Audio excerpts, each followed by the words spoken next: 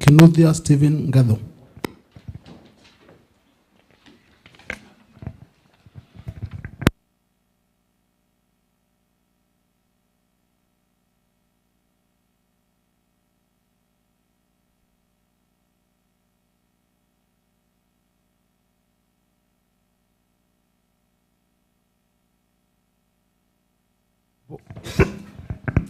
Honorable Kokan Daniel Memusi.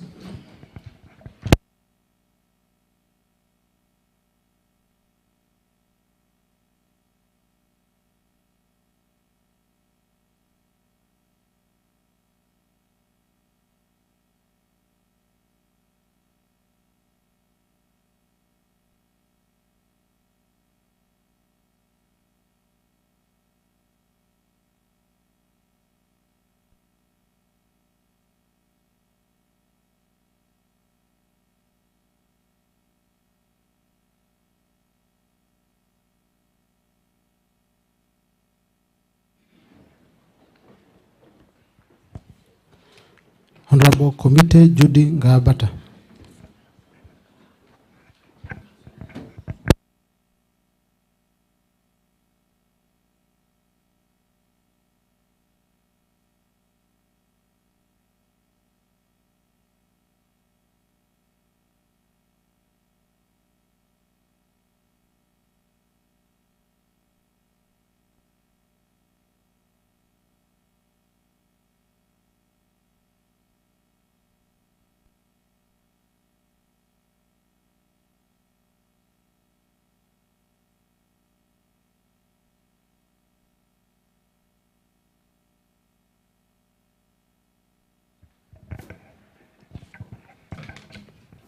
Honorable Koroine Kwilekan Jonathan.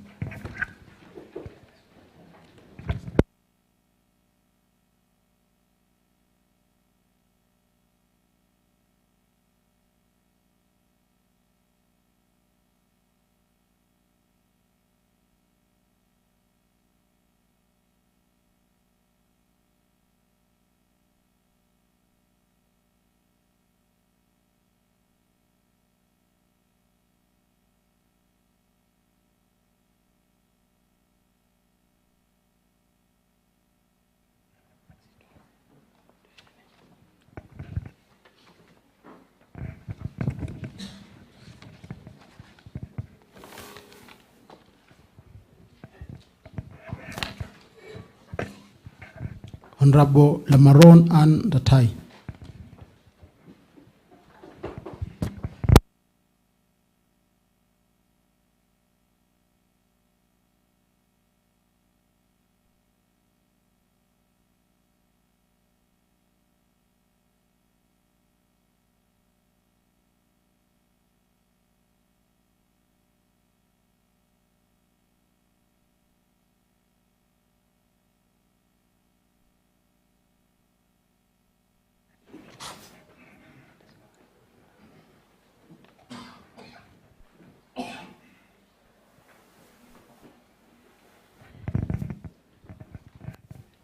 Honorable Lemomo Edwin Lewantai.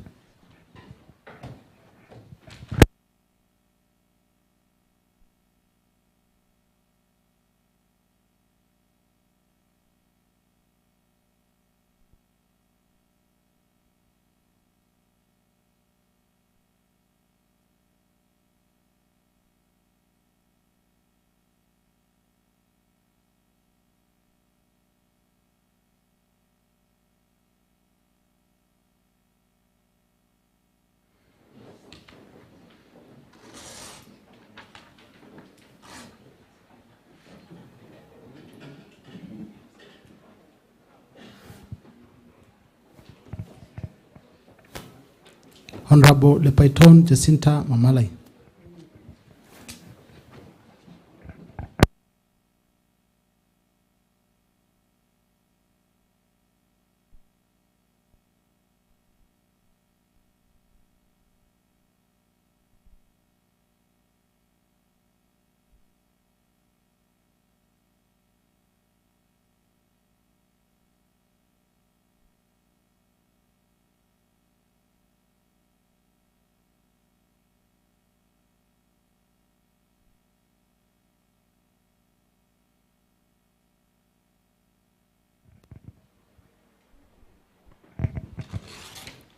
Honorable Loisa John Dione Lemayan.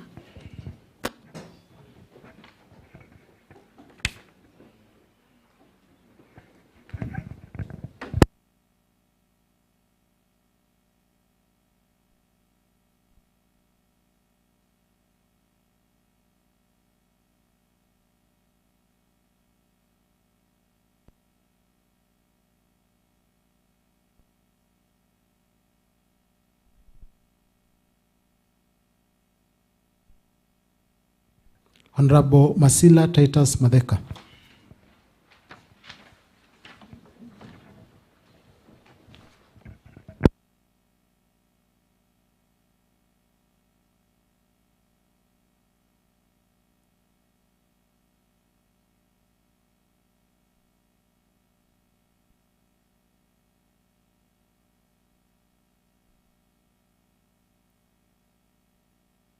Honorable Mbiriri James Mwaura.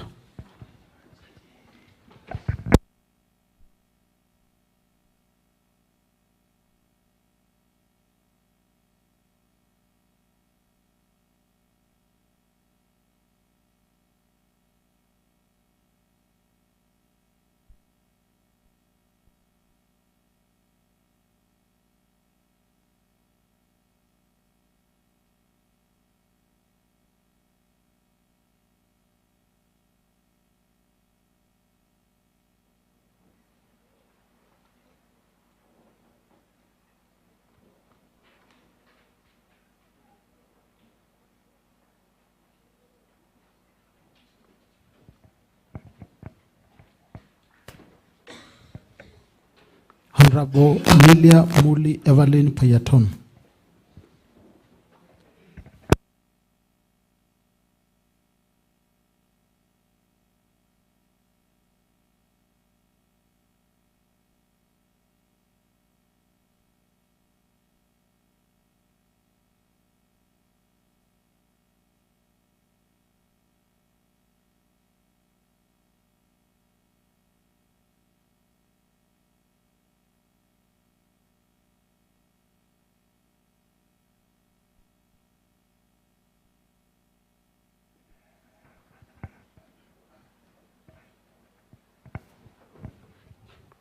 Honorable Moloma Bernard Supet.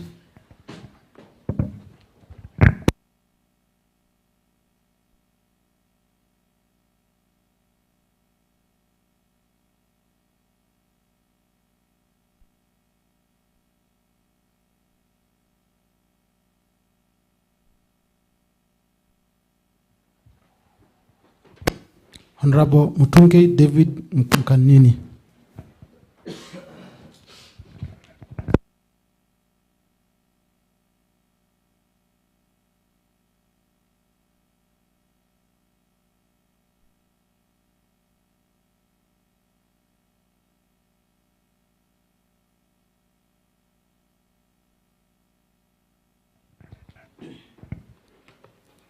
Honorable Musonera Jean Louis David.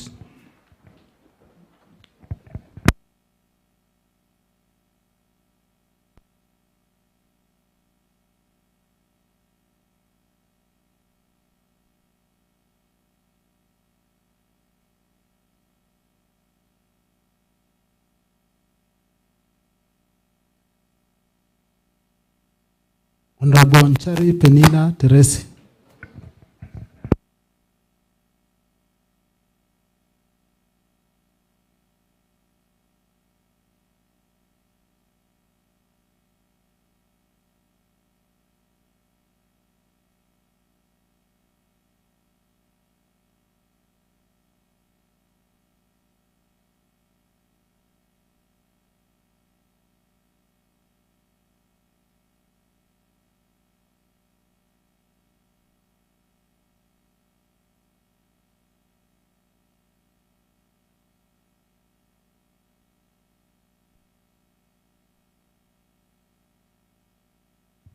Honorable Ndai Phoebe Makungu.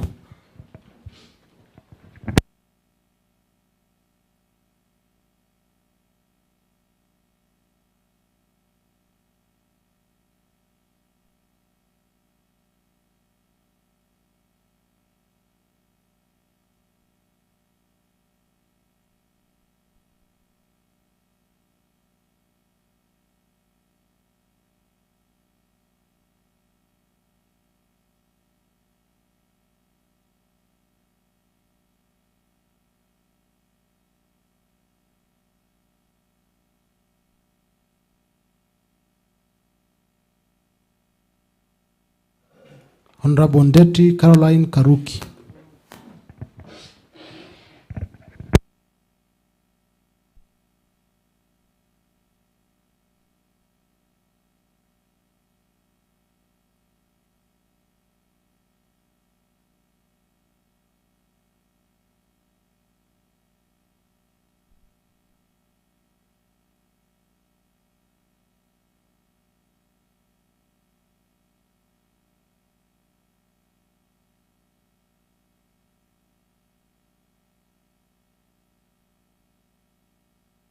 Honorable Orikai Abraham Osoi.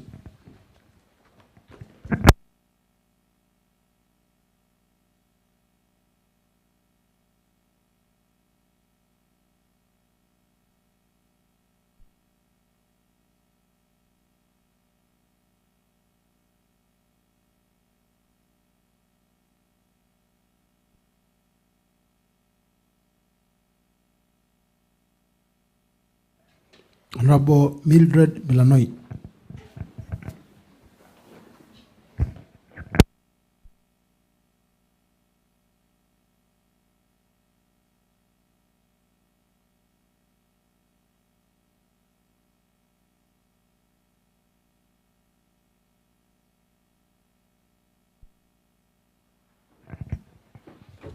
Honorable Segilu Joshua Saitoti.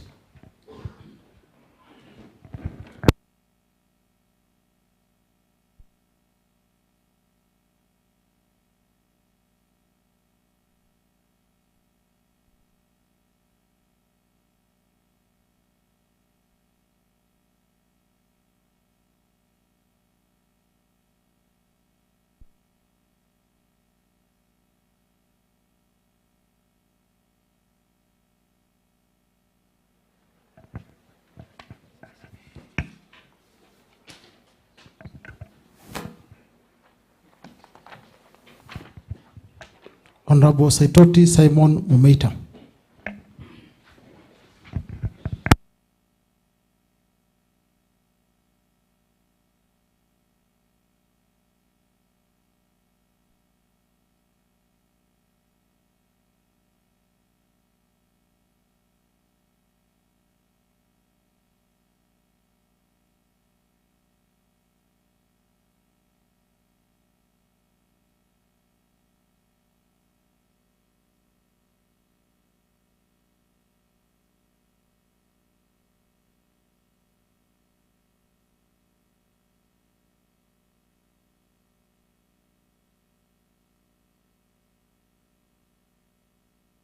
Honorable Semeyan Amos Solitei.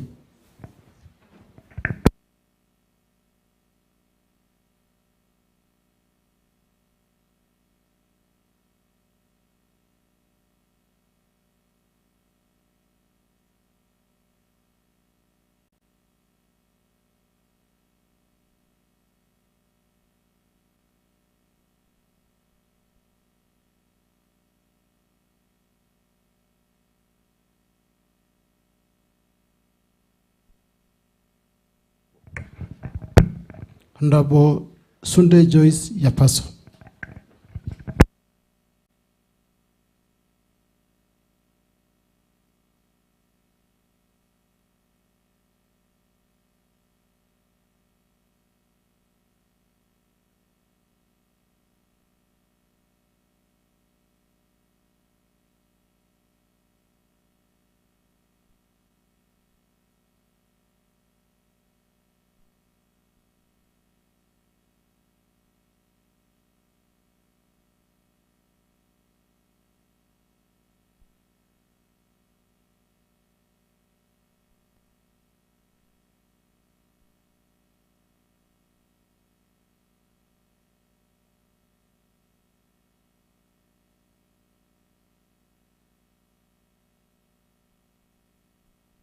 Lastly, Honorable Toris Joseph Karatina.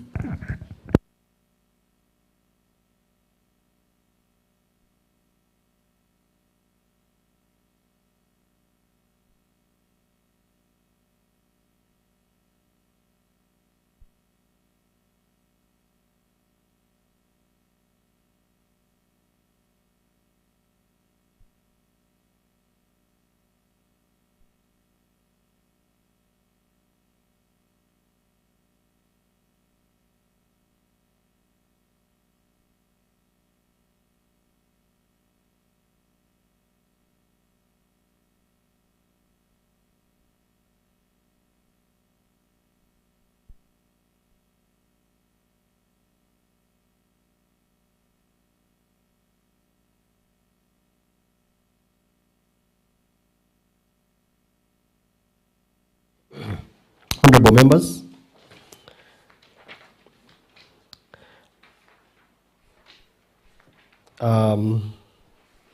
again, it appears that all of us who are present and wish to take or do the election have taken the ballot. And so we shall proceed as before.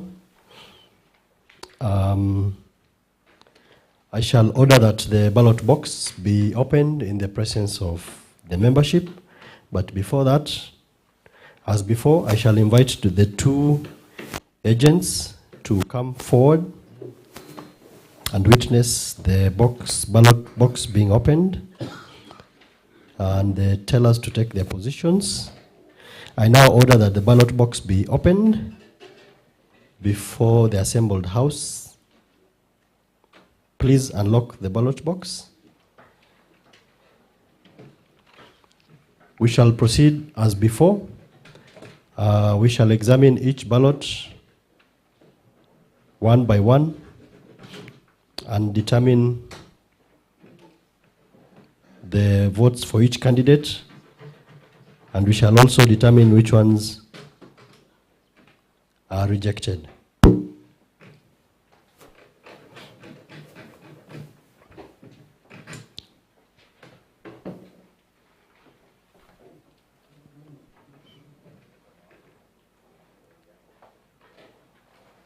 So we proceed as before. Each teller shall keep the vote for each candidate. Proceed.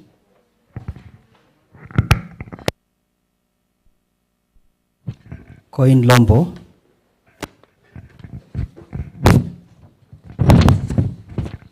Justus Musor.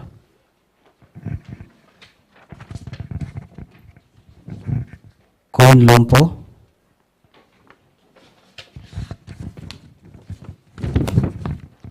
Coin Lompo.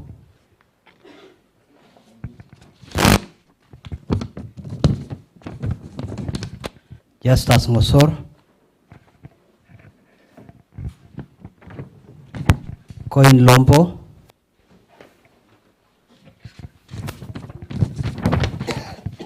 Justus Musor.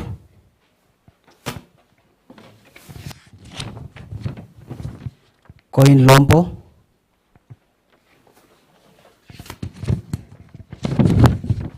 Coin Lompo.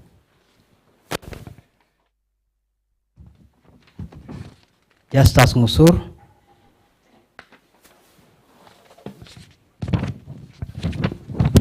Justus Musur.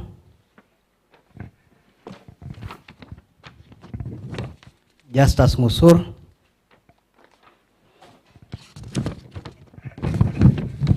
Justus Musur.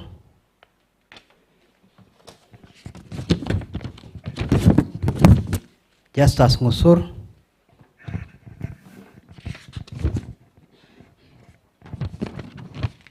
Coin Lompo.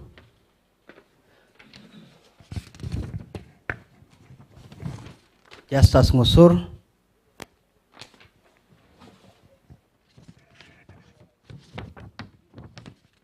Coin Lompo.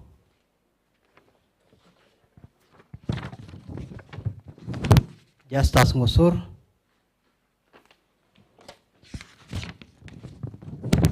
Justus Musur.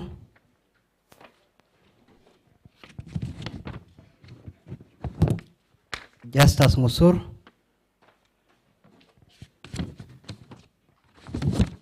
Justus Musur.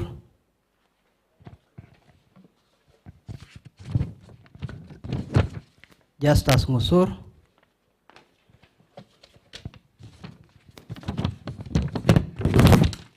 Justus Musur.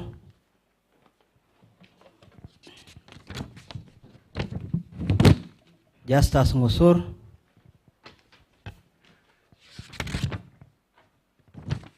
Justus Musur.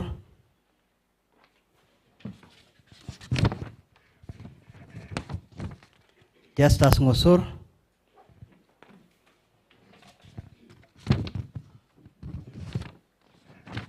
Justus Musur.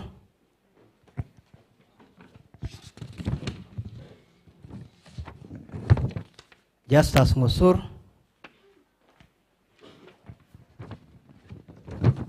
Coin Lombo,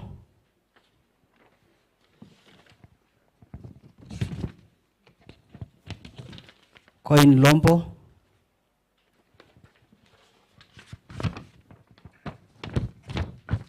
Coin Lombo,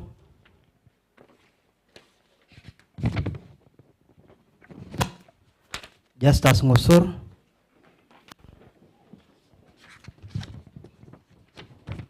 Coin Lombo,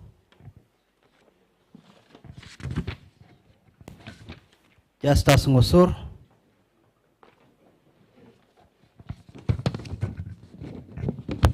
Justus Ngosur,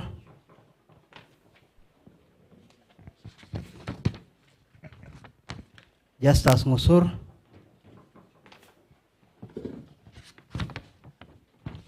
Justus Ngosur,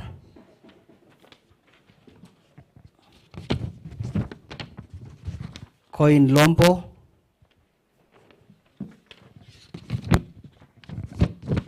Justus Ngosur,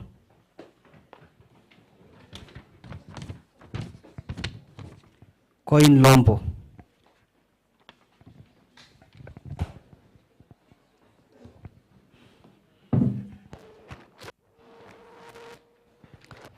So, honorable members, order. Order, honorable members. Order.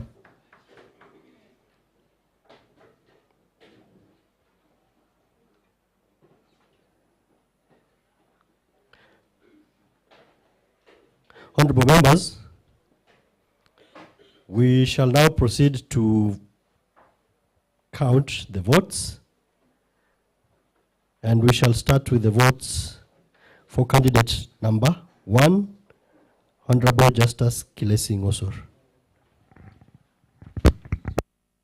1, 2, 3, 4, 5, 6, 7, 8, 9, 10, 11, 12, 13, 14, 15, 16, 17, 18, 19, 20, 21, 22, 23, 24, 25, 26.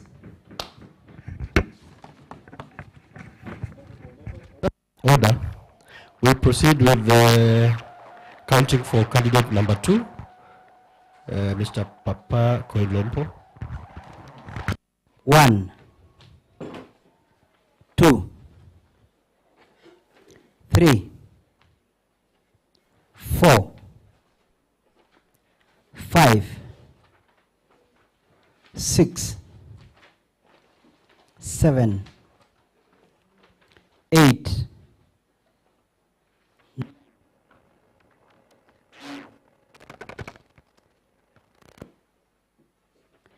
10,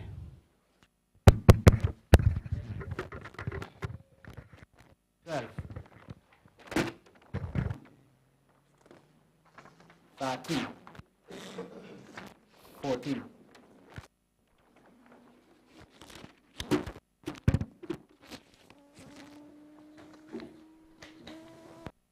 Honorable members, the count has been concluded, so I'll request that the respective agents take their seats. Honorable members.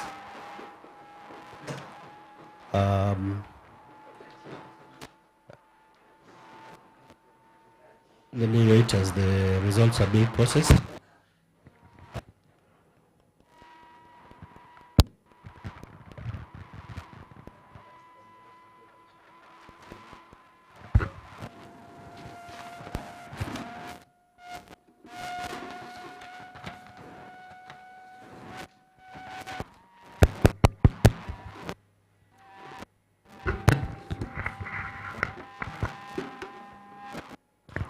members,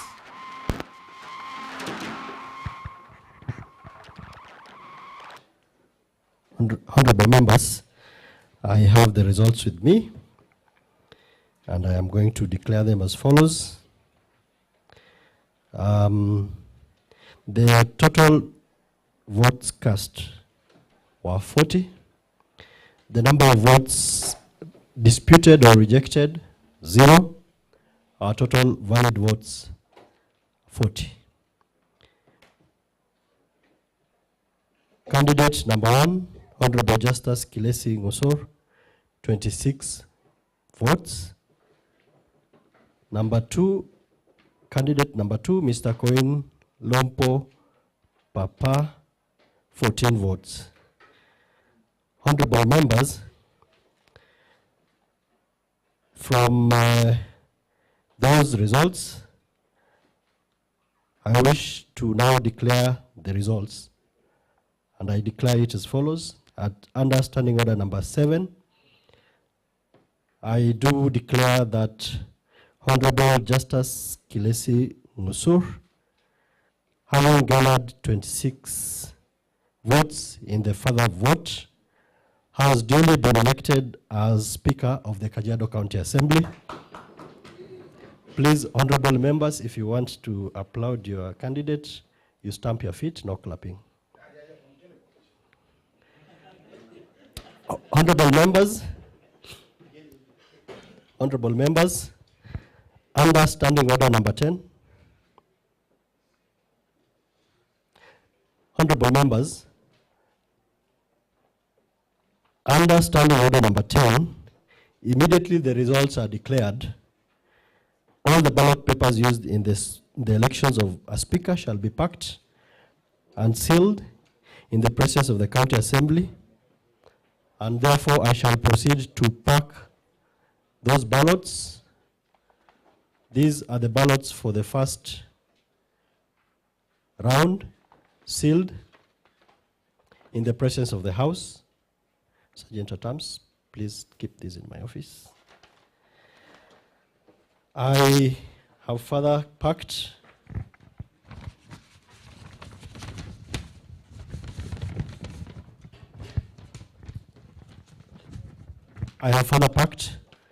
the ballots for the further election in the presence of the House, and it shall be in the custody of the clerk for a period of 6 months, and thereafter they shall be destroyed.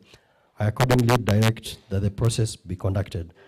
Honorable members, under Standing Order number 12, immediately following the election of the Speaker, the clerk shall administer the oath or affirmation of office of the Speaker in the presence of the assembled County Assembly. Honorable members, accordingly, I now direct that the Sergeant at Arms proceed forth and find the said Honorable Justice Kilesi Ngusur and bring him to the chambers for purposes of oath taking. It is so ordered. Sergeant at Arms.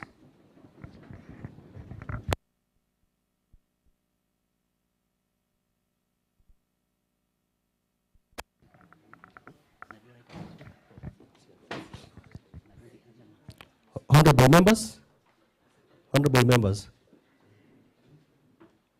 members, we are still in session. Honorable members, order. Honorable Kuya, order. Honorable Koileken, order. We are still in session.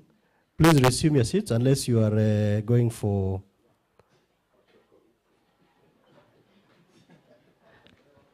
Honorable members, immediately the Speaker is sworn in, he shall take the chair and the clerk will assume his position at the table and he shall proceed to conduct the further business of the House. Thank you.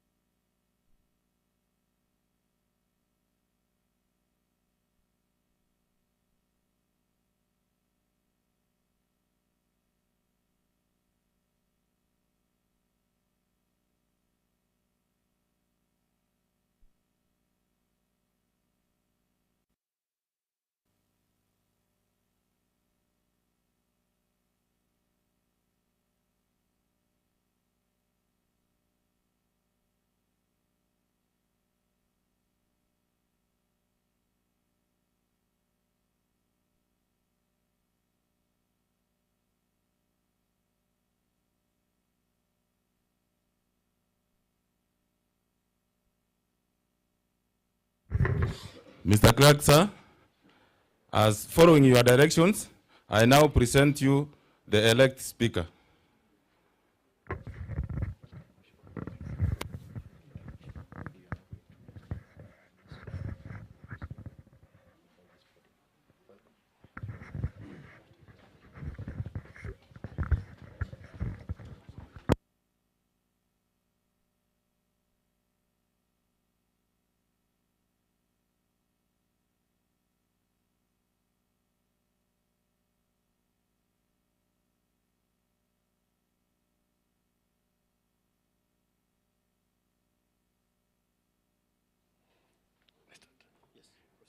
I, Justus Kilesi Olengusur, having been elected as the Speaker of Kajiado County Assembly, do swear that I shall always, truly, diligently serve the people and the Republic of Kenya in the office of the Speaker of the County Assembly of Kajiado, that I shall respect, uphold, preserve, protect, and defend the Constitution of the Republic of Kenya, and that I shall do right to all manner of persons in accordance with the Constitution of Kenya and the laws and the conventions of Parliament without fear or favor, affection or ill health. So help me God.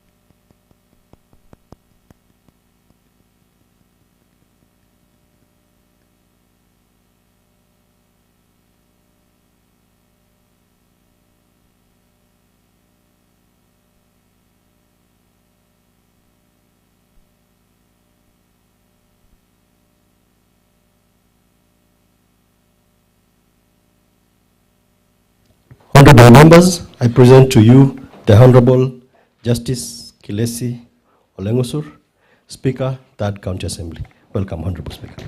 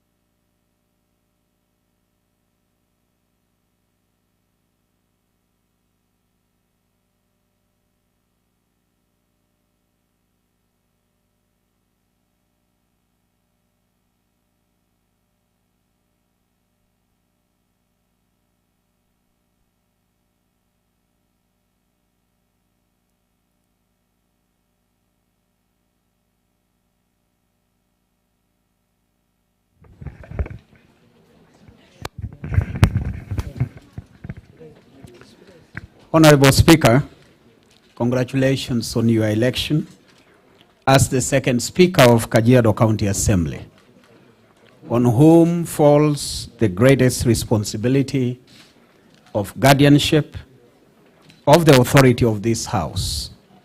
I wish you well.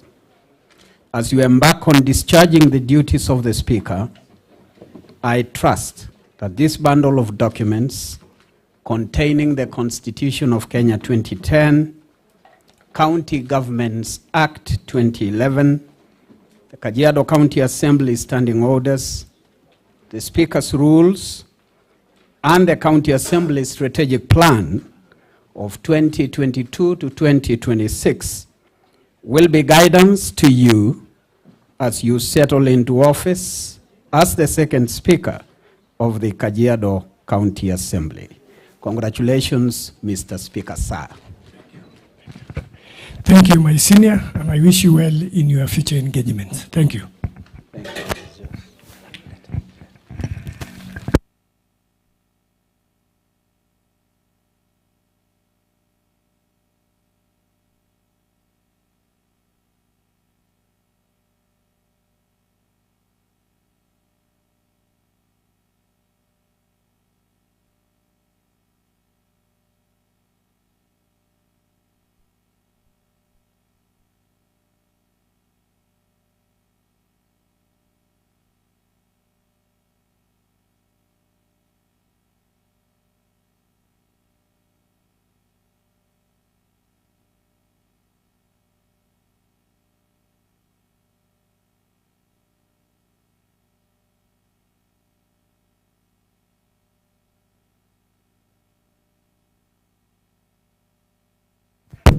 Thank you, honorable members. You can take your seats.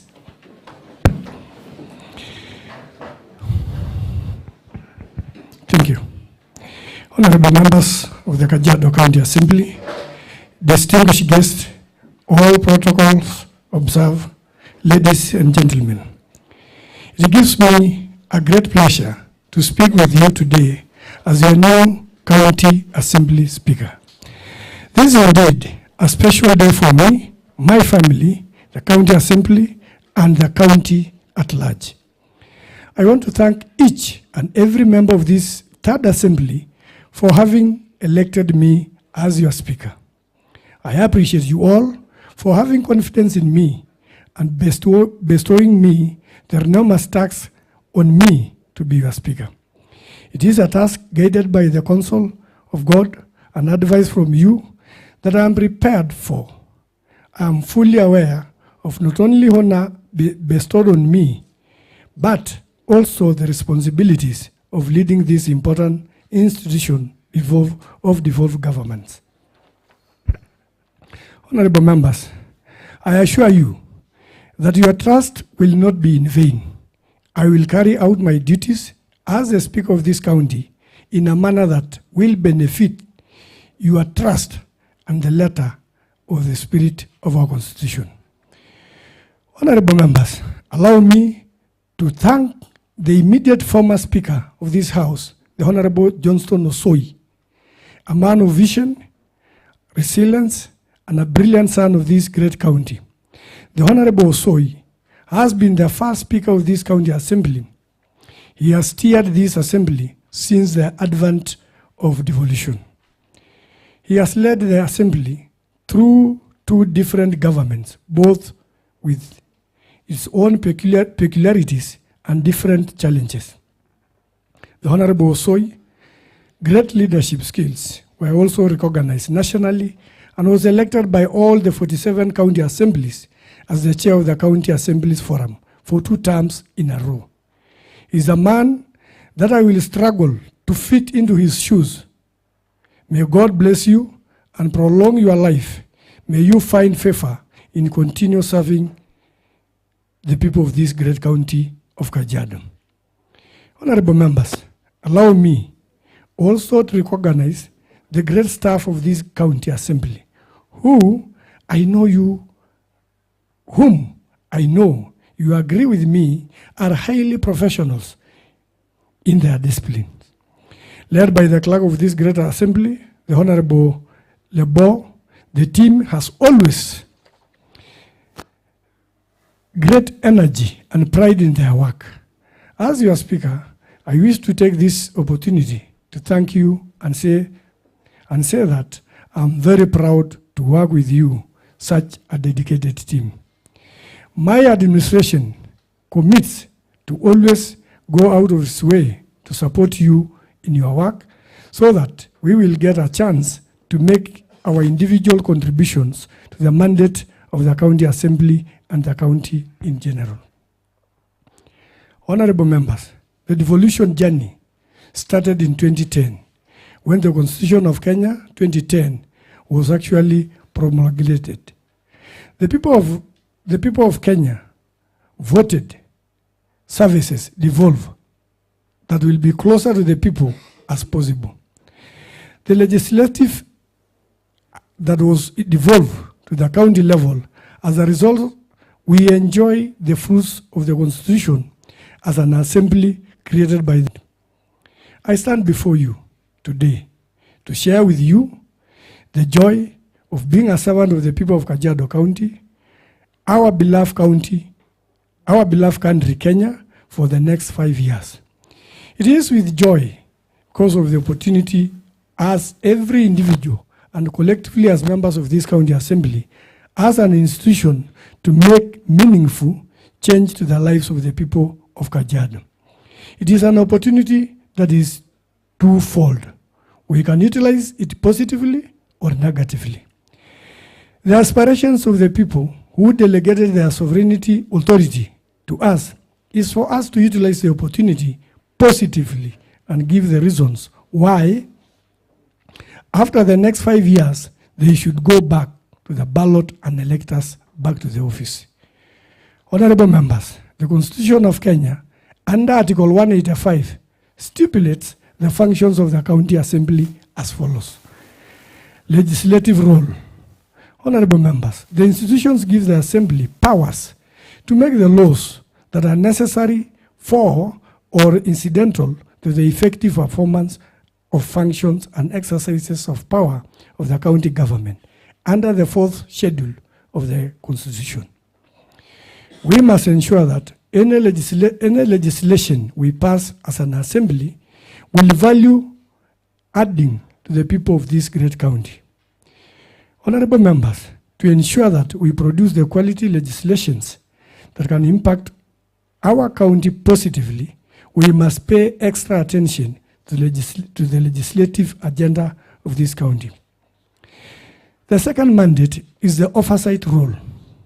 Honorable members, the County Assembly is bestowed with the oversight function over the executive and the executive duties. It is a duty that I will endeavor to support the County Assembly,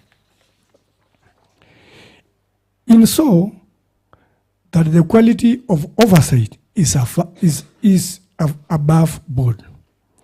It will be a function that will be exercised while respecting the cardio constitutional law principle of separation of powers that ensure that the county executive is left to perform its function without interference from the assembly, but legally held accountable for actions or omissions required by law.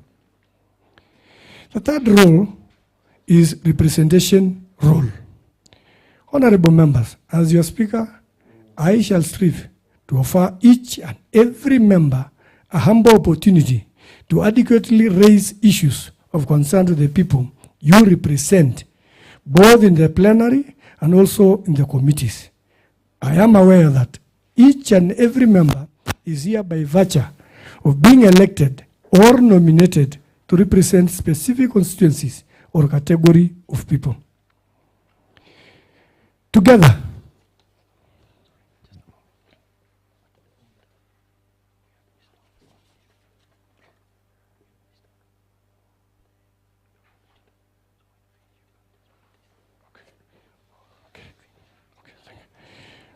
thank you.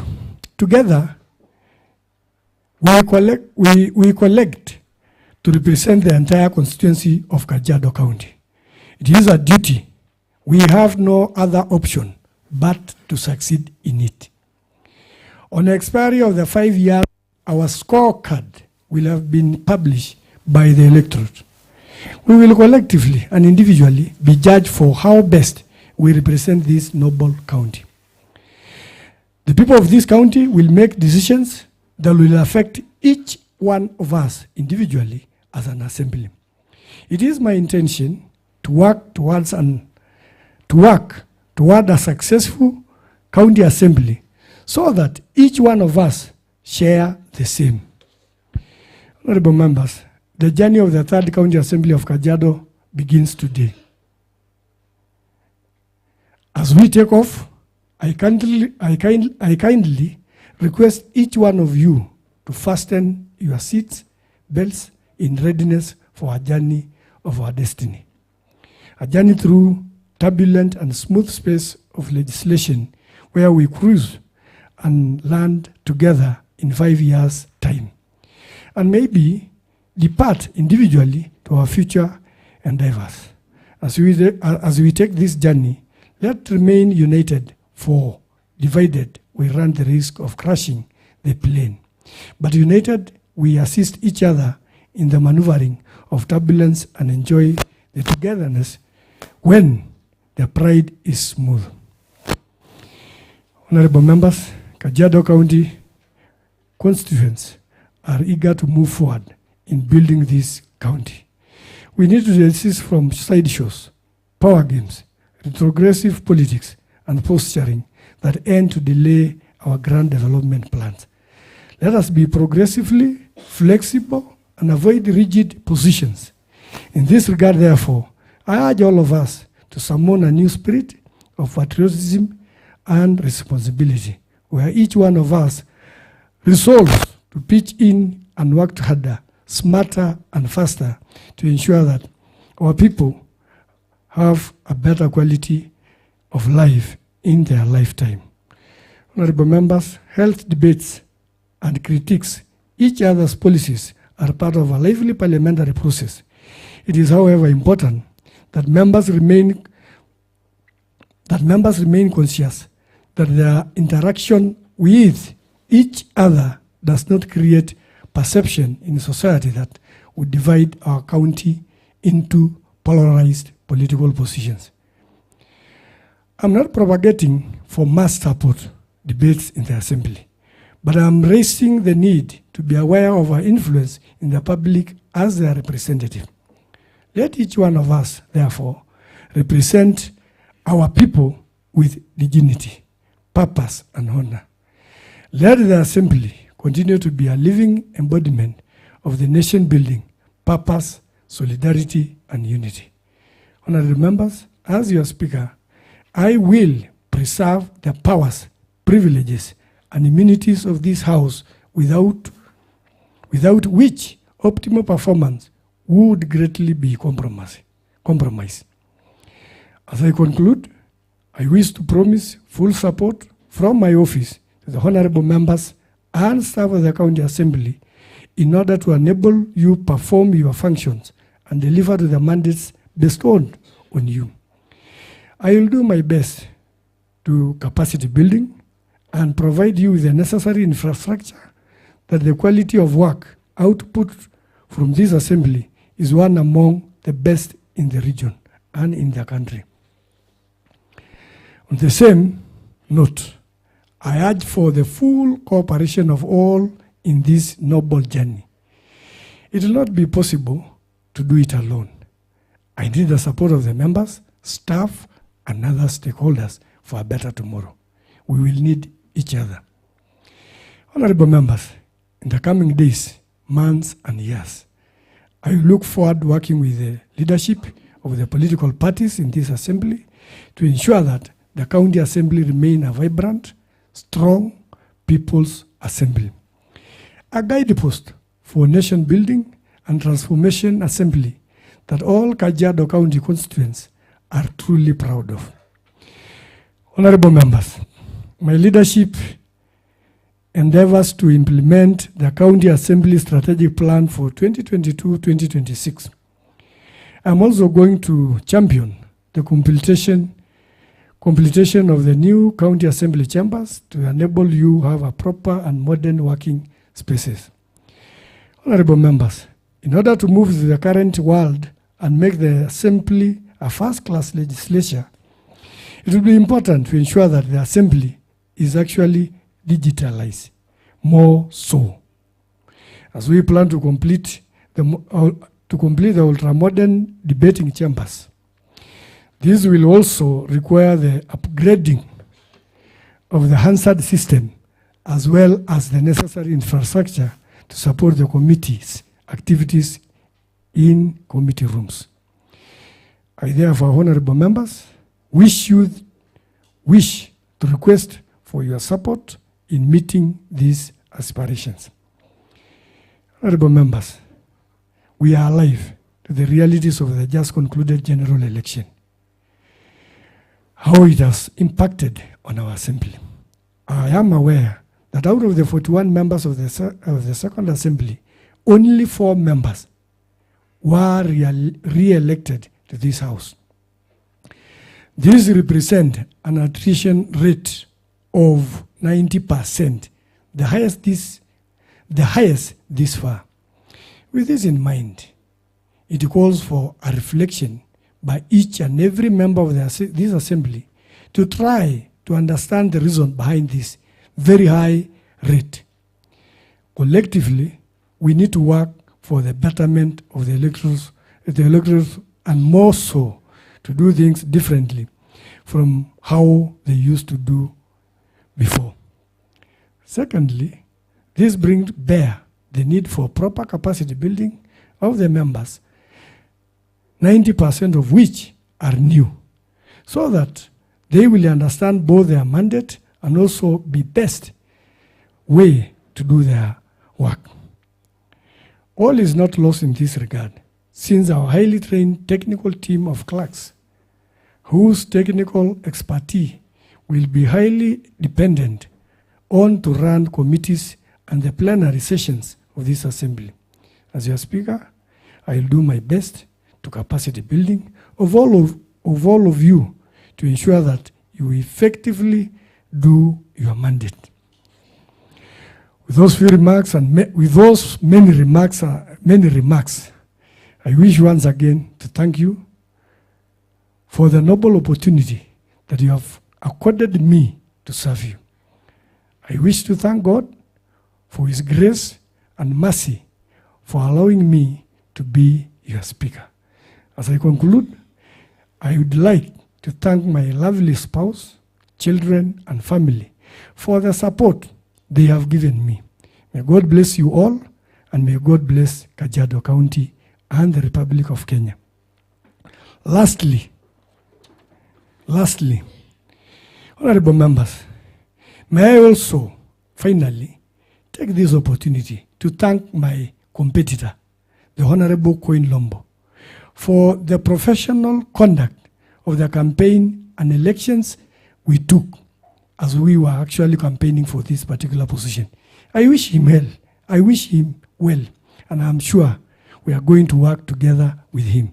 Thank you, my friend, and I wish you well as you go to do other engagements. Thank you.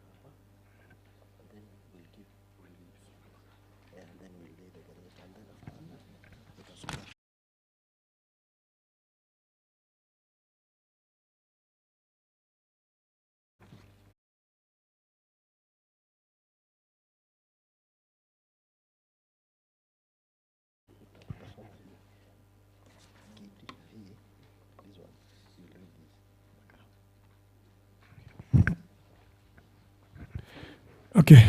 Next order.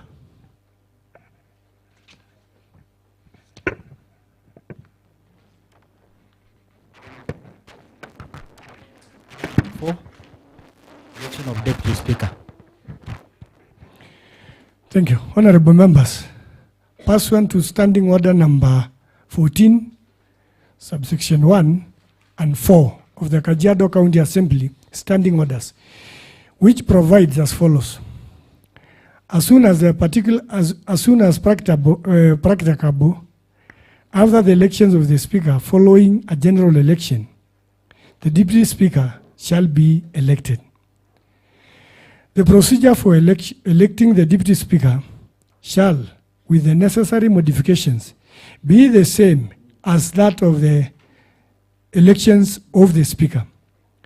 Pursuant to this provision, the clerk, through the Gazette Notice number 11043, issued on the 14th September 2022, made the said determination or declaration pursuant to Standing Orders number 5.1, inviting the honorable members to present their interest for the election of the Deputy Speakers of the County Assembly of Kajiado. Honorable members, I hereby lay on the table of the Assembly the said Gazette Notice.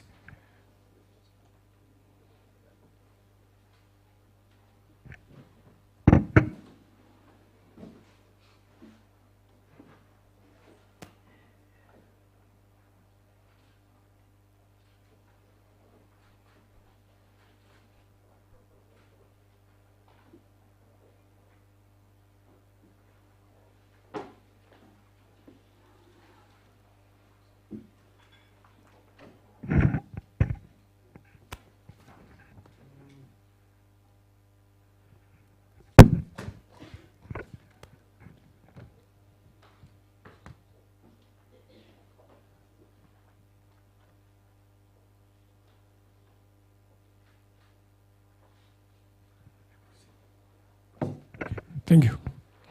Honorable members, pursuant to section 21(3) of the Elections Act, provide as follows.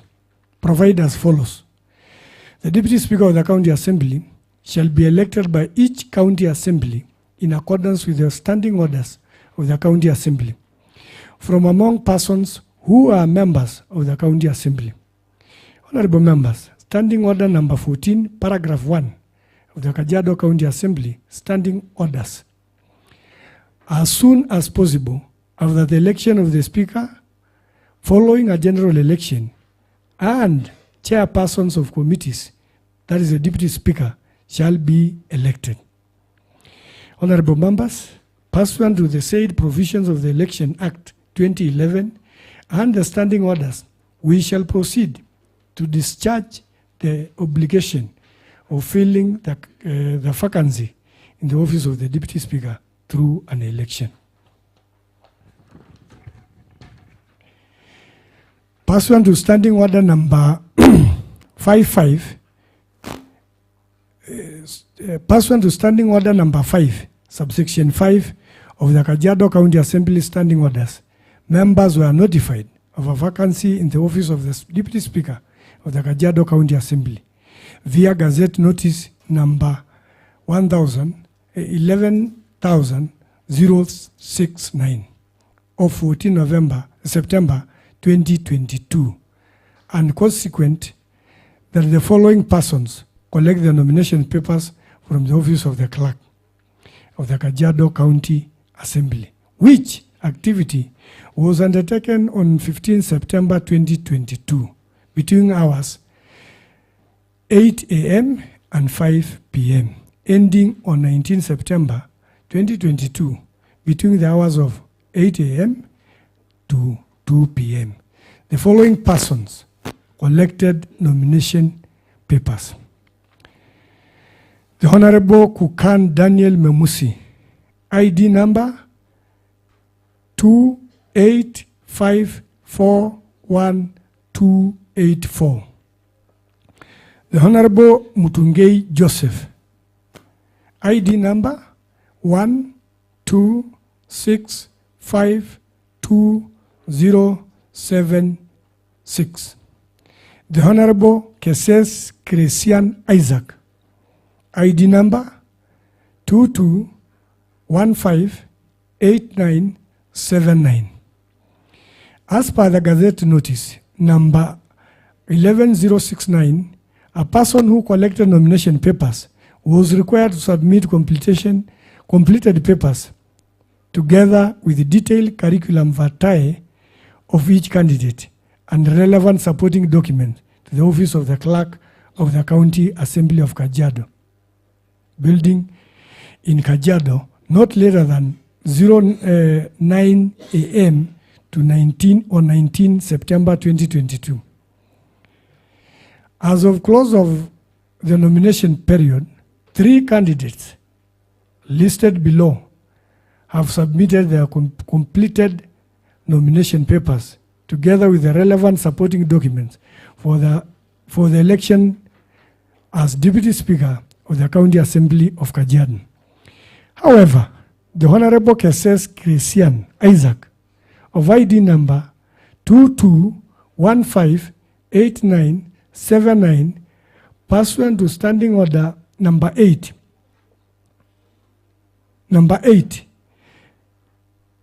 the candidate of the candidature, it is hereby with in that regard that I wish to notify that the Honorable Keses Isaac has withdrawn. Following the candidates, the following candidates met the qualifications as per the provision of Article 178 and 193 of the Constitution and Standing Order number 5 of the County Assembly of Kajiado Standing Orders. The Honorable Kukan Daniel Memusi, ID number 2851284. The Honorable Mutungei Joseph, ID number 126520076. Honorable members, pursuant to Standing Order number 6 of the Kajiado County Assembly, Standing Orders, the following shall be the procedures in the election of the Deputy Speaker. 1. The election of the Deputy Speaker shall be by secret ballot. The clerk shall, at the commencement of each ballot, cause the ballot box empty and unlocked to be displayed at the County Assembly, and shall, in the presence of the County Assembly, lock the box, which shall thereafter be kept in the full view of the County Assembly until the conclusion of the ballot box.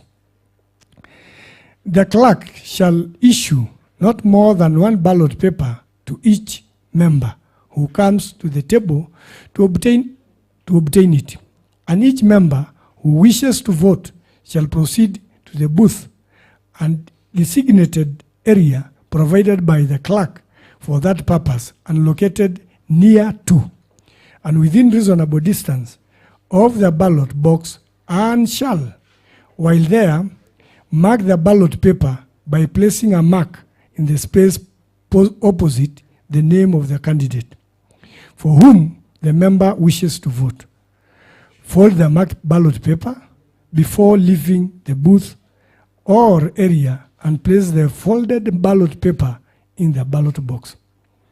A member who, before the conclusion of the ballot, has marked a paper in error may, by returning it to the clerk, obtain another in its place, and the clerk shall immediately cancel and destroy the paper so returned.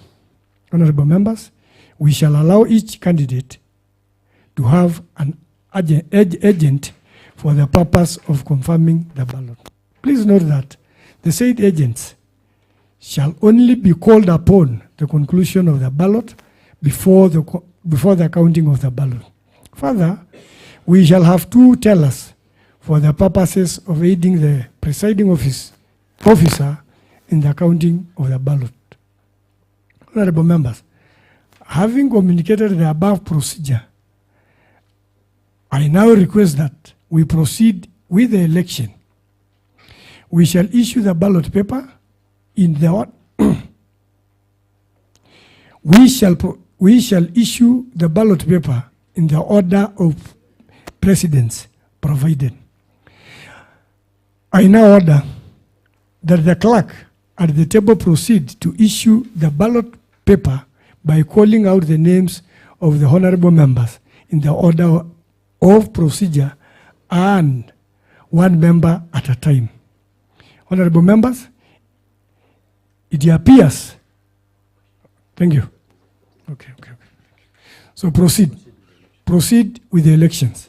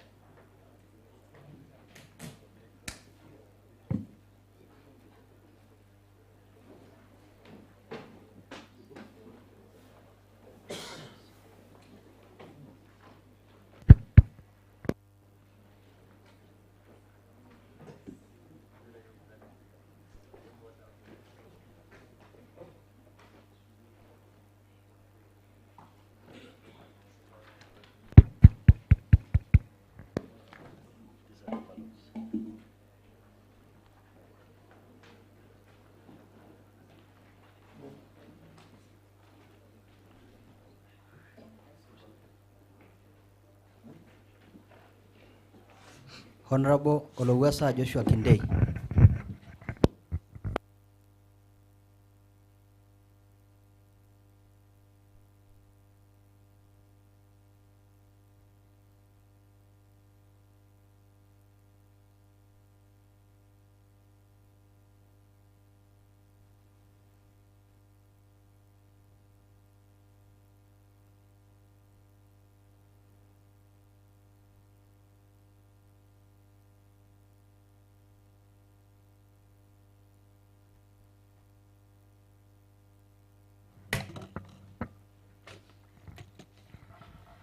Honorable Matuya Paul Kipamet.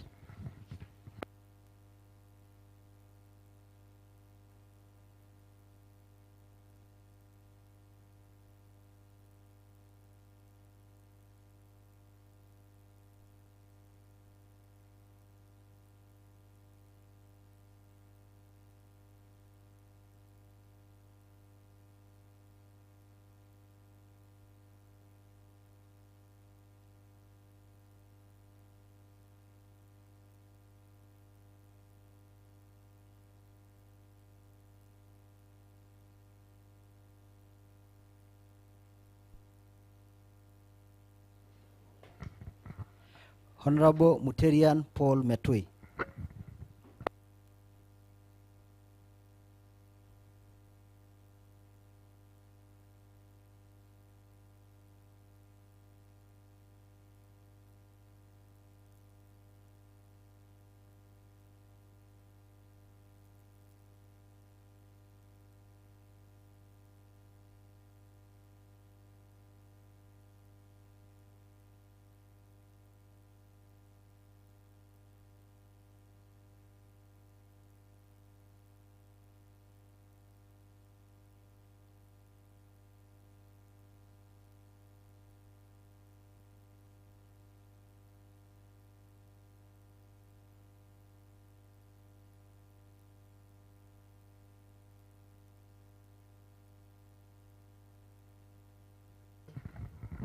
Honorable Grace Ngwanene.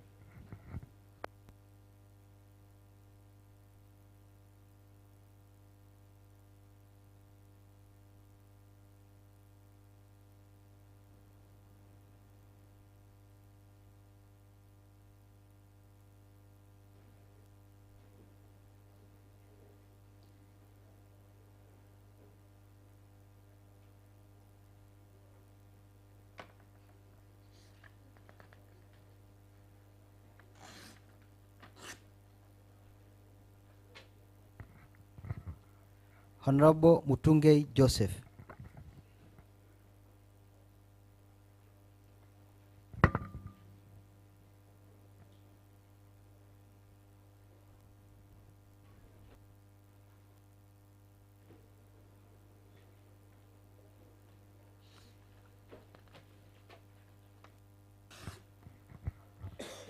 Honorable Nina James Quia.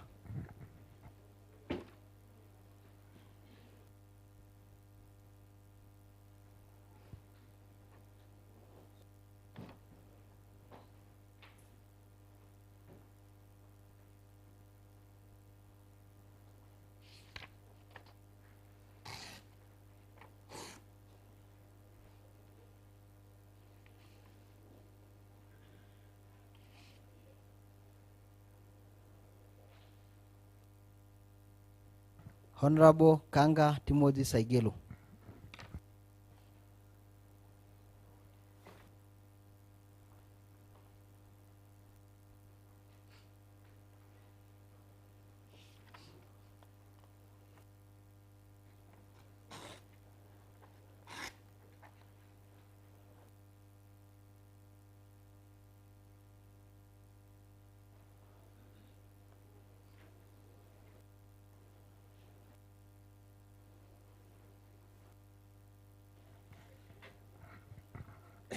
Honorable Kiseme Stephen Rice Marush.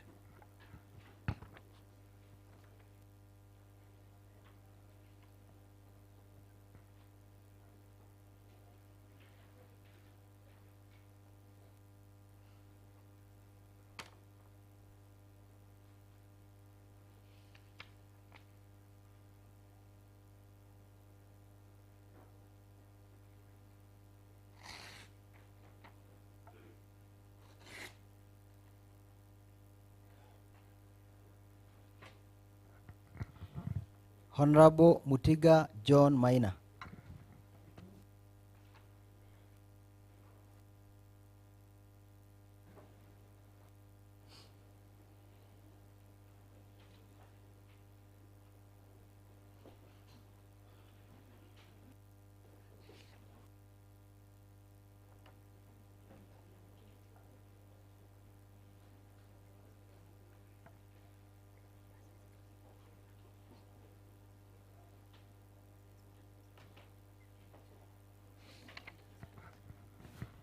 Honorable Adan Hussein Ali.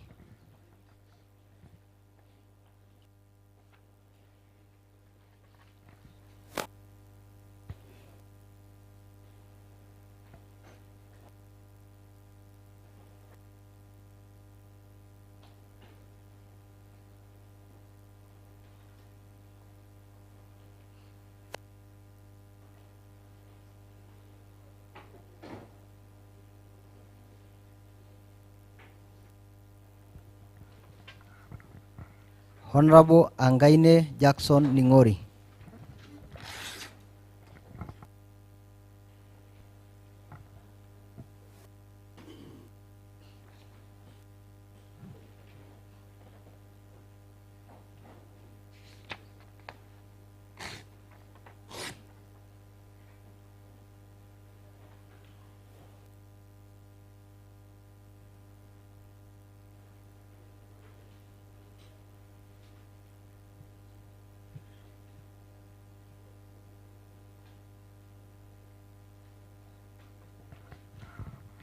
Honorable Gor Eli Ochieng.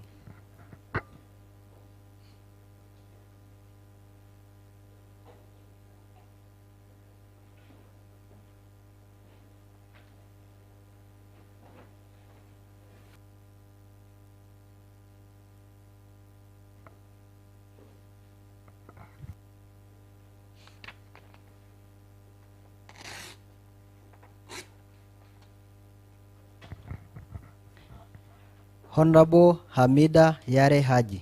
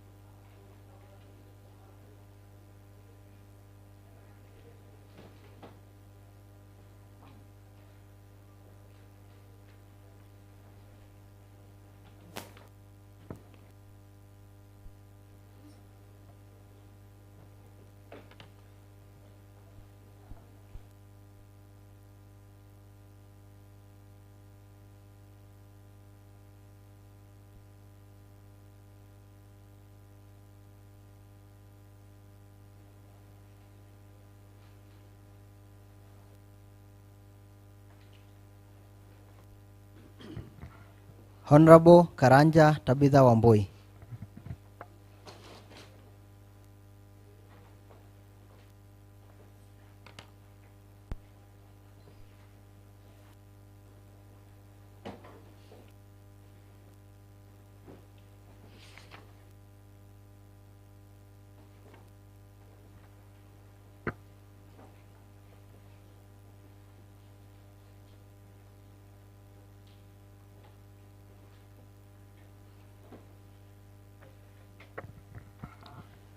Honorable Karia Rebecca Naisiai.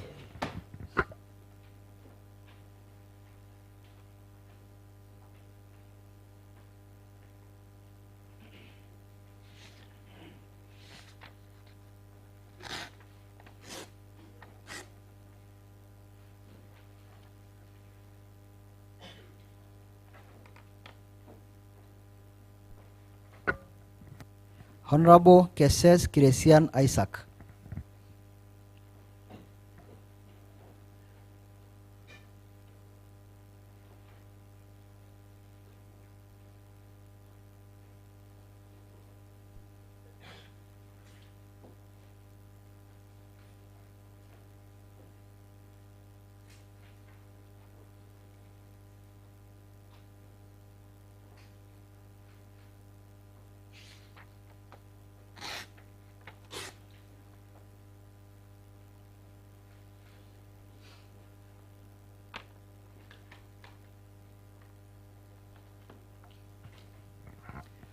Honorable Kinuthia Stephen Gado.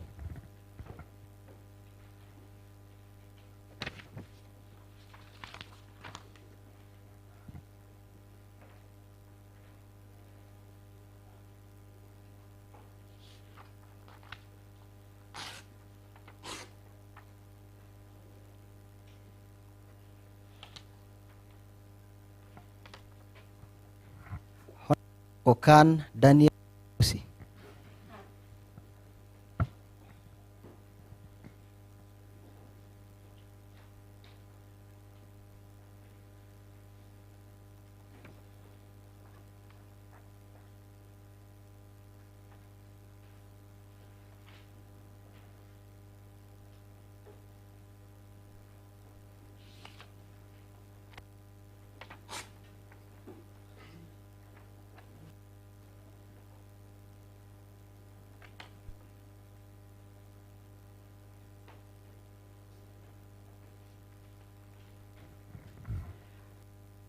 Mite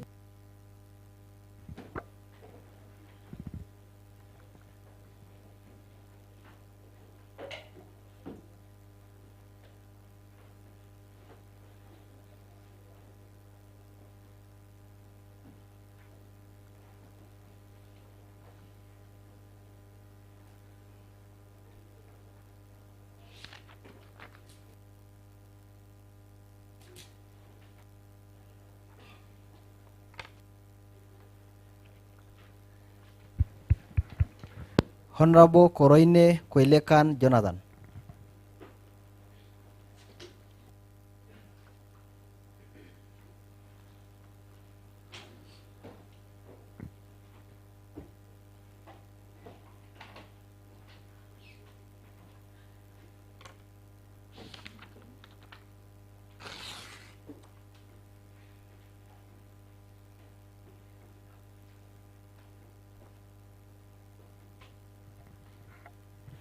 Honorable Lemaron and Datai.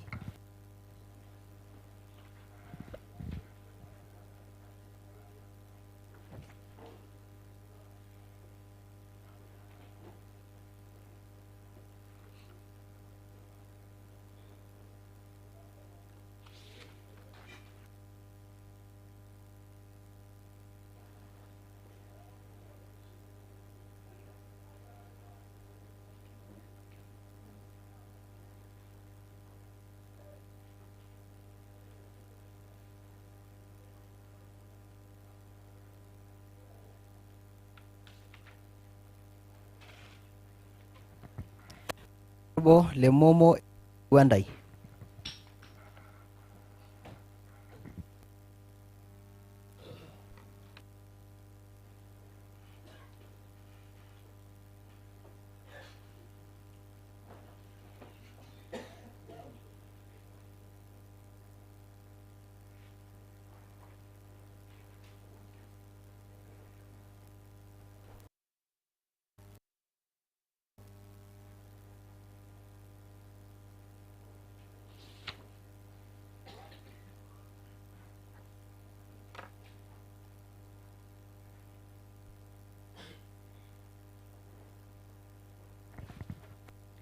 Honorable Iton Jesalai.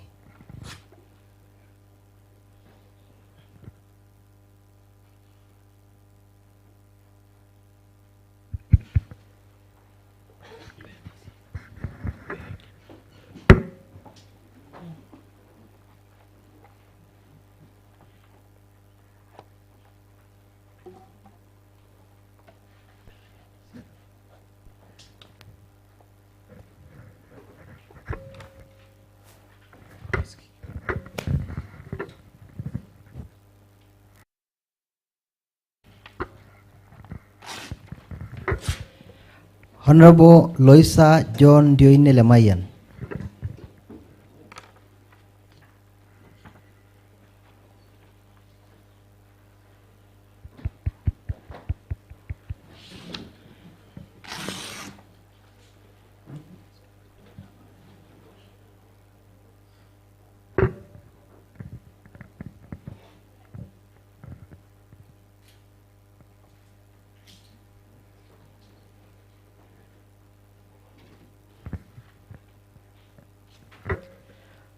Honorable Masila Titus Madeka.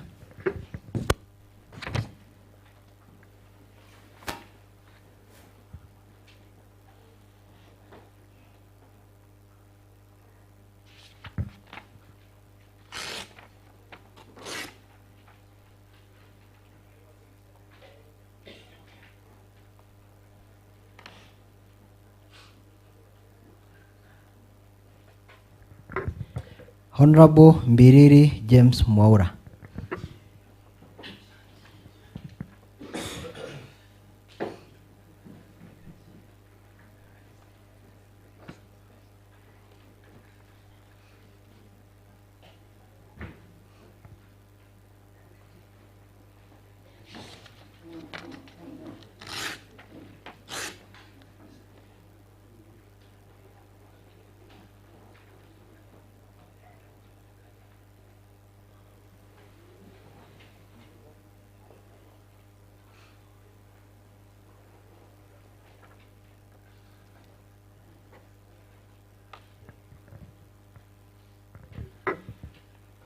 Honorable Melia Muli Evelyn Payaton.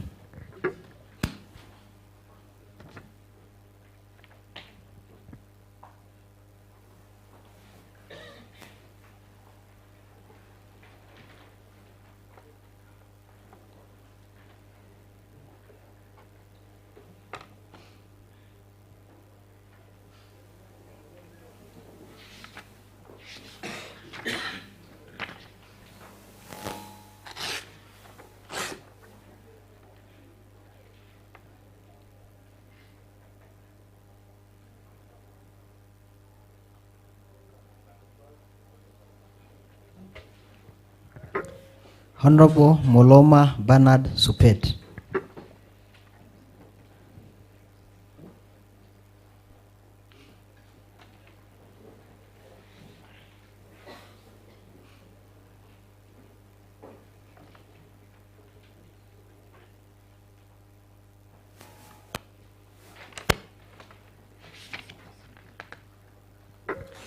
Honorable Mutungei David Nganini.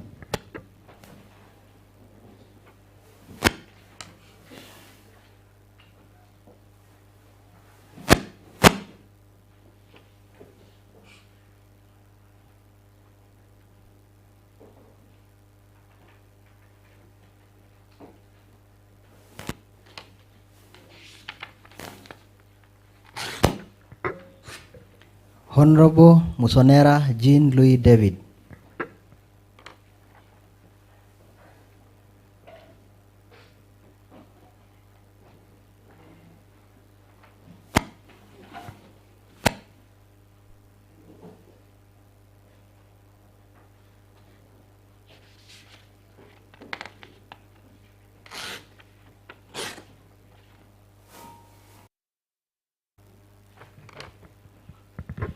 Honorable Njari Penina Teresi.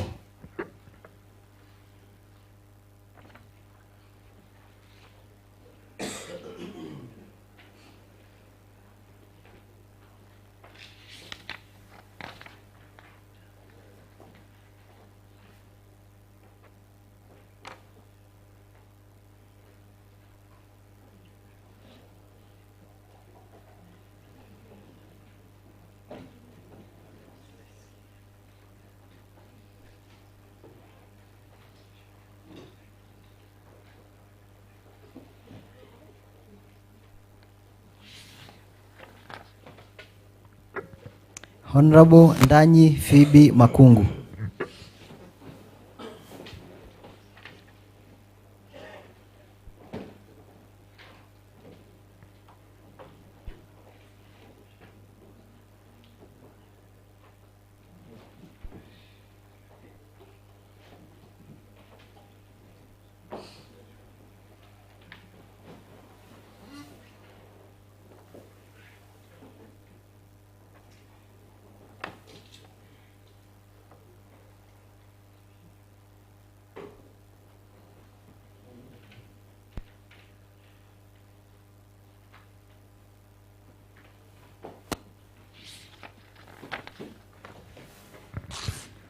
Honorable Ndeti Caroline Karuki.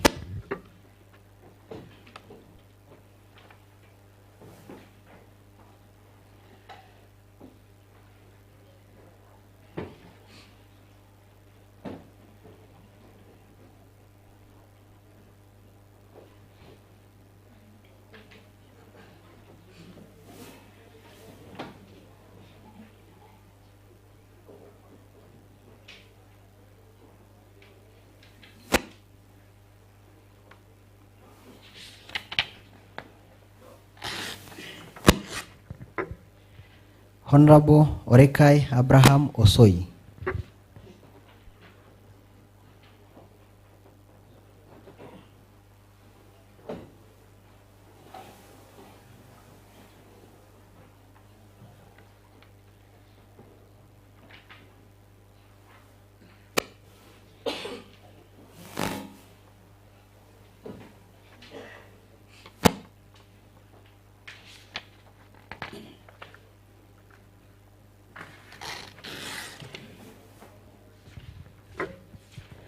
Honorable Risanjo Mildred Milanoi.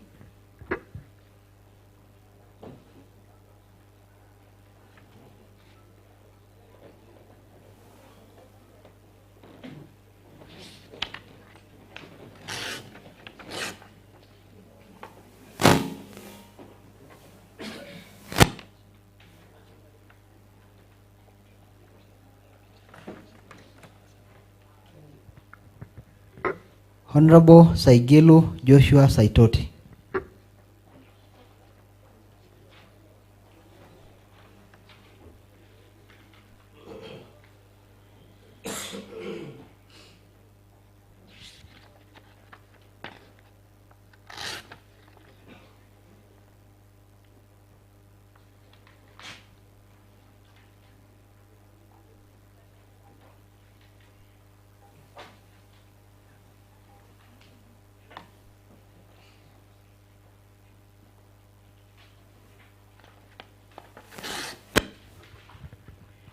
Honorable Saitoti Simon Mumeta.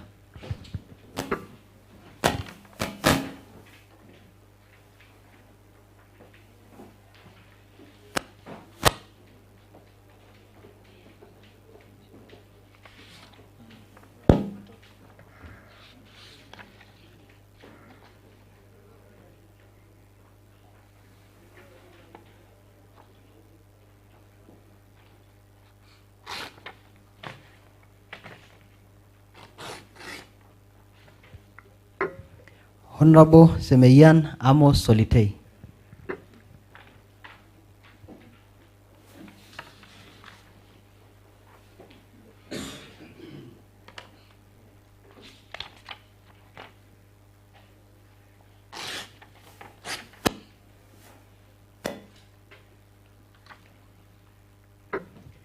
Honorable Sunde Joyce Yapaso.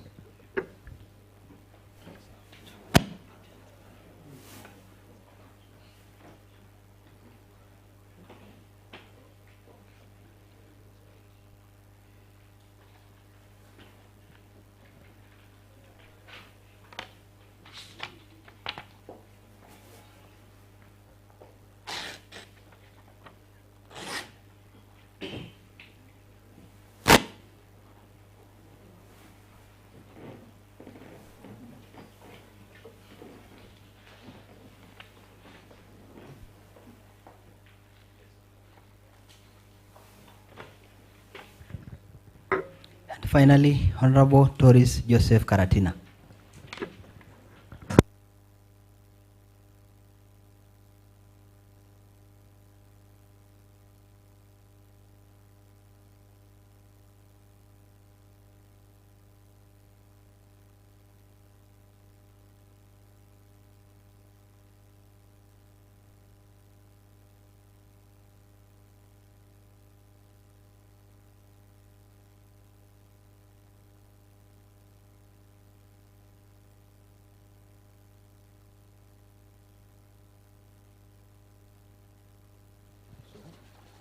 Which one do you want to start with? Can I start with this one? Call the agents. That's the one we provide the agents for the Okay, honorable members, I'm now calling upon the agents for the two candidates to come forward.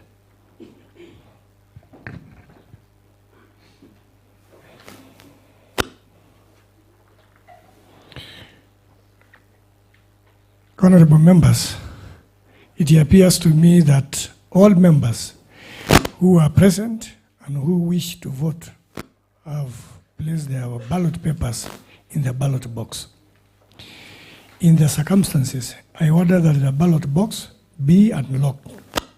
We shall examine all the ballot papers one at a time, and the tellers shall each take custody of the ballots for each of the two candidates. The clerk shall, during the process, determine which ballot is unmarked or spoiled and shall proceed to reject the same.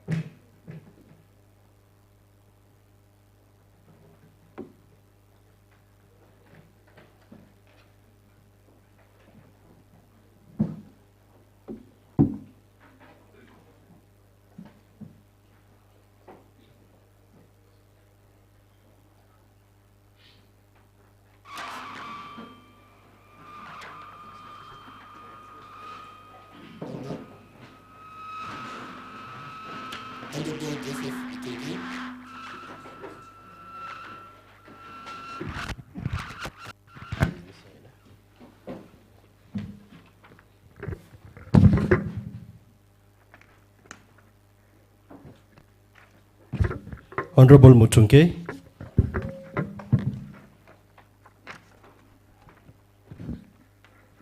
Honorable Mutunke.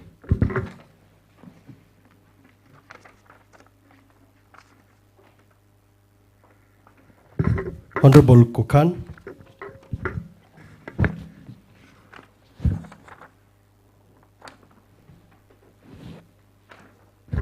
Honorable Kukan.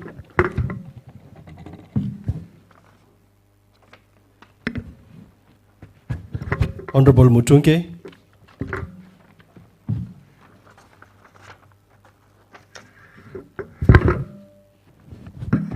Honorable Kukan.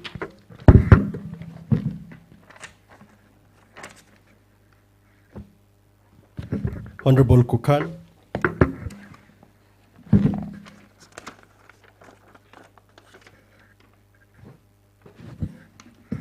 Honorable Kukan.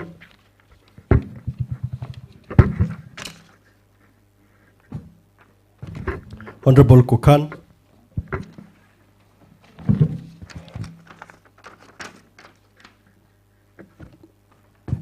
Honorable Mutunke.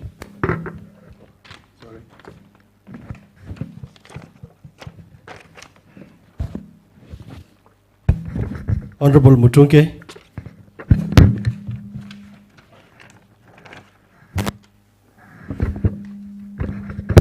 Honorable Kukan.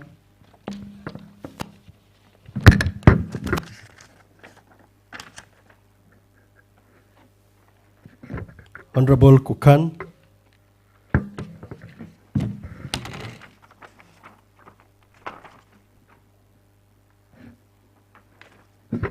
Honorable Kukan.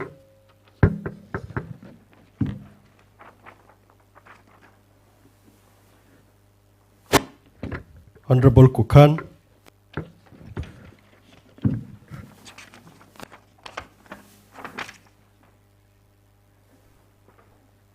Honorable Kukan.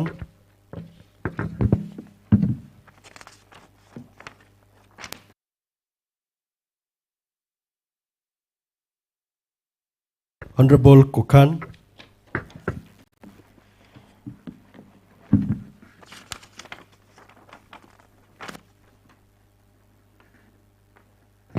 Honorable Kukan.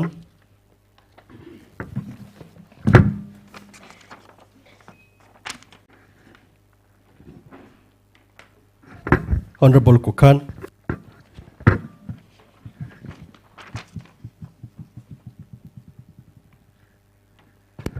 Honorable Mutunke.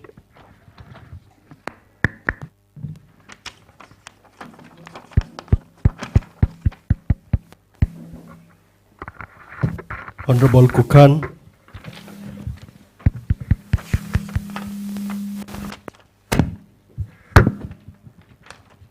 Honorable Mutunke.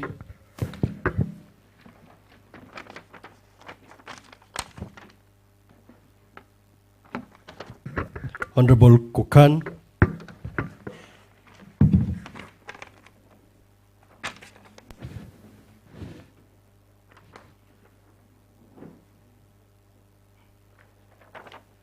Honorable Kukan.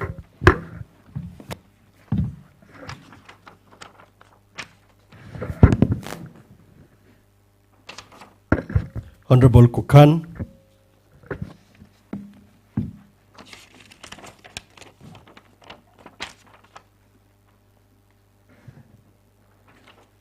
Honorable Mutunke.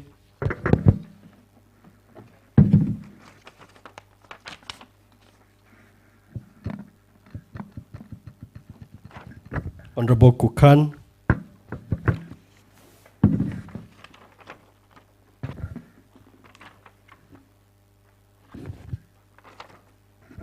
Honorable Kukan.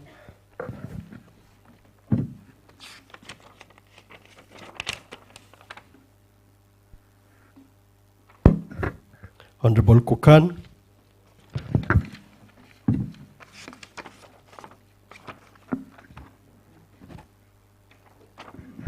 Honorable Kukan.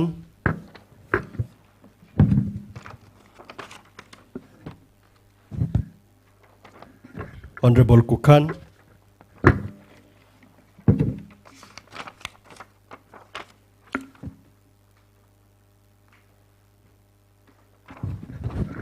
Honorable Mutunke.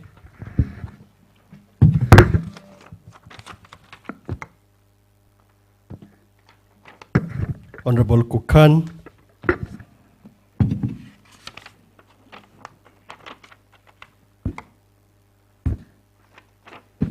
Honorable Kukan.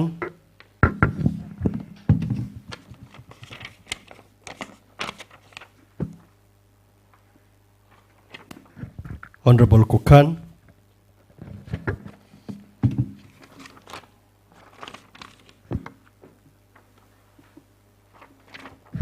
Honorable Mutunke.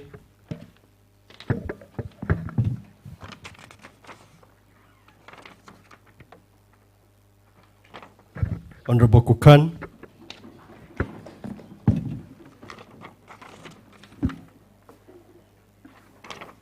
Honorable Mutunke.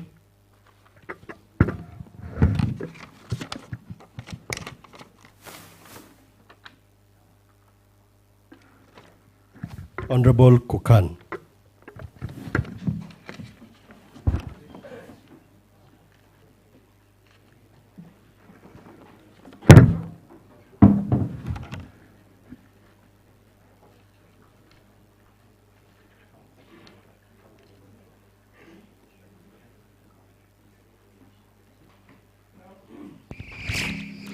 Now, I direct the clerk to proceed to count the votes.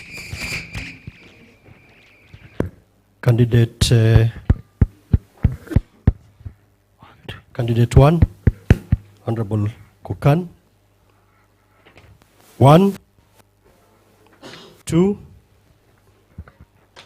3, 4,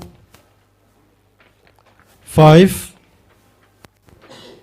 6, 7, 8, 9, 10, 11, 12, 13, 14, 15, 16, 17, 18, 19,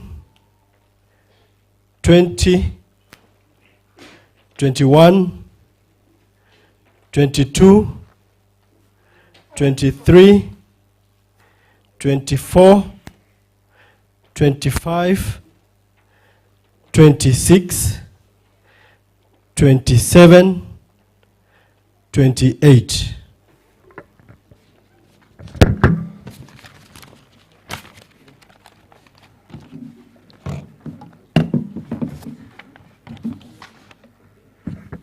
Candidate number 2, Honorable Mutungi.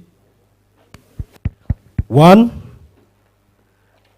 2, 3, 4, 5, 6, 7, 8, 9, 10, 11, 12.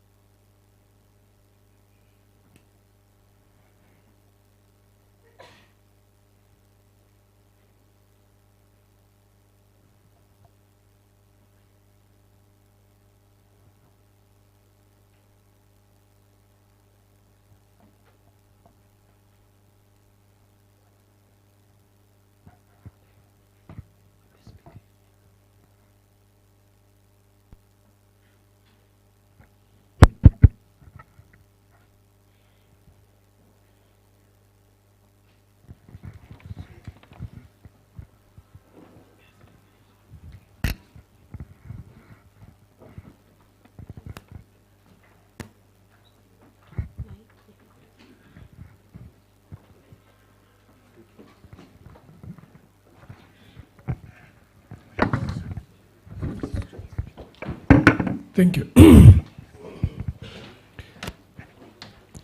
Honorable members, from the count of the ballot, the following are the results.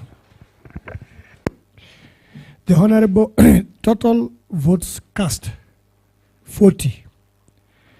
Disputed or rejected votes, 0. Total valid votes, 40. Election of the Deputy Speaker threshold, Standing Order number 14,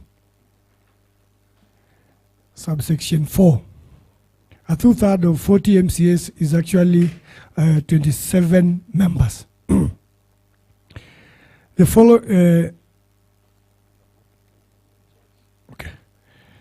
following are the results of the candidates. The Honorable Kukan Daniel Memusi, 28. The Honorable Mutungei Joseph, 12. Total votes cast, 40. Disputed votes or rejected ballots, 0.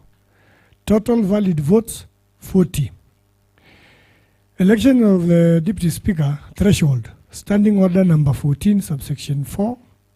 Two-thirds of the 40 MCAs is 27 members.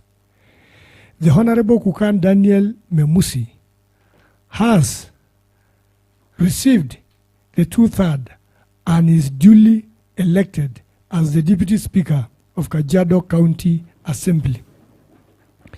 I declare the Honorable Daniel Kukan as elected as such.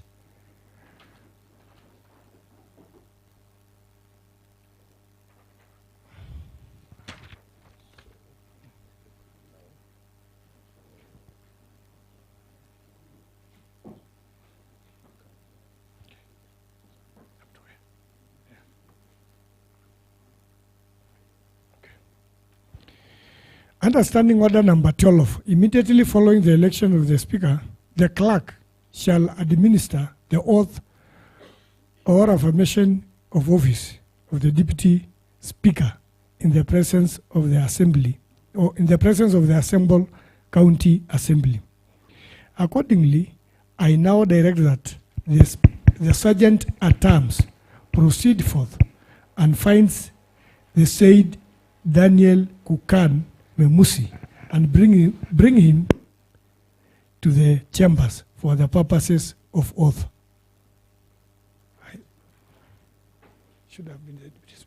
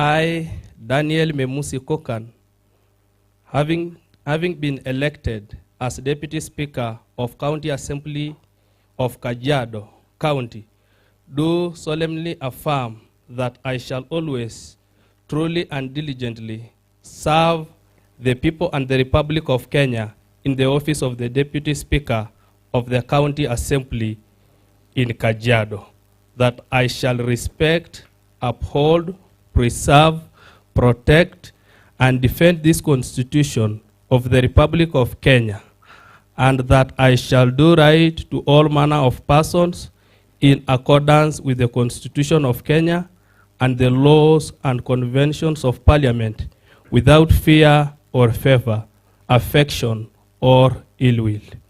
So help me God.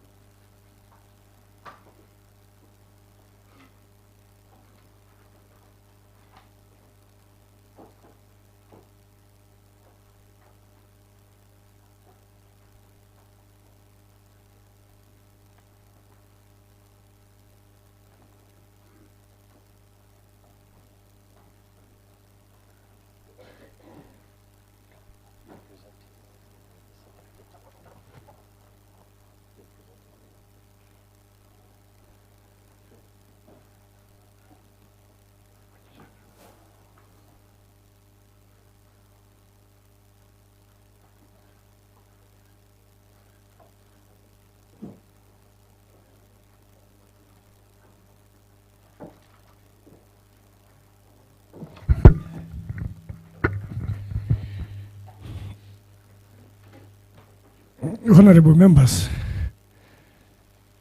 may I appreciate the following, may I appreciate the presence of the following honorable members. The Honorable George Sunguya, MP Kajiado West, former councillor, the first Deputy Speaker of the County Assembly of Kajiado. The Honorable Joseph Masiaya, former Deputy Speaker of this County Second Assembly. The Honorable Yvonne Nalakiti, former member of this County Assembly.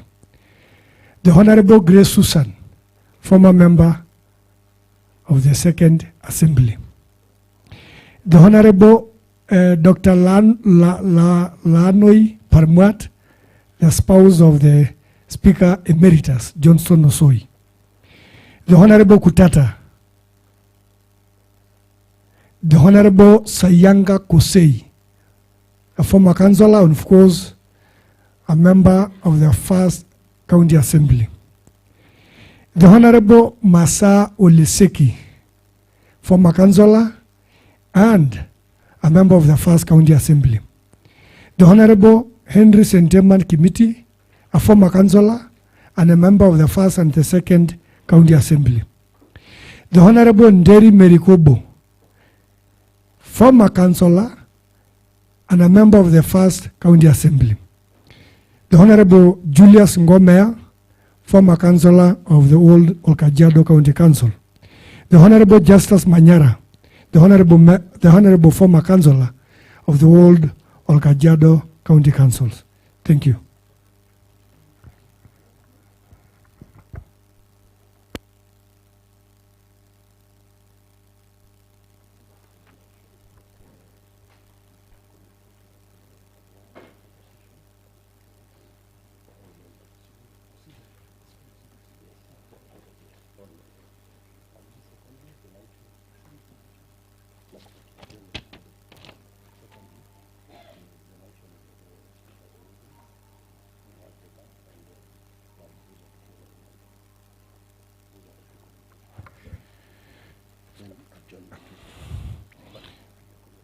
Honorable members, I have two communications to make.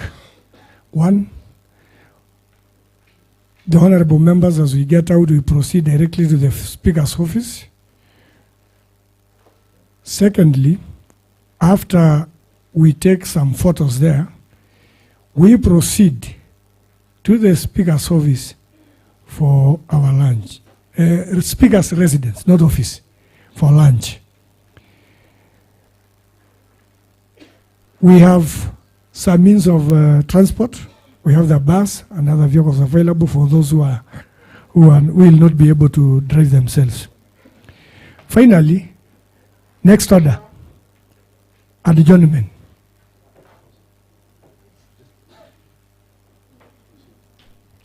Next order, adjournment.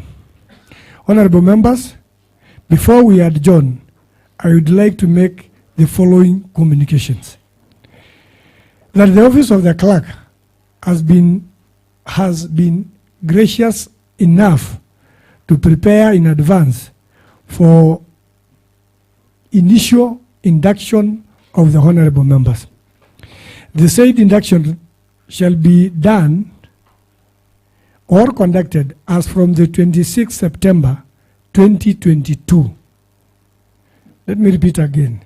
The said induction course shall be conducted as from the 26th September 2022. Details of the induction shall be communicated in due course in details. Honorable members, in order to allow all the members to attend the said function, the said induction, bearing in mind that 90% of the members of this assembly are new, I order that the House adjourn until Thursday, 11th October, the House adjourn until Tuesday, 11 October 2022 at 2:30 p.m.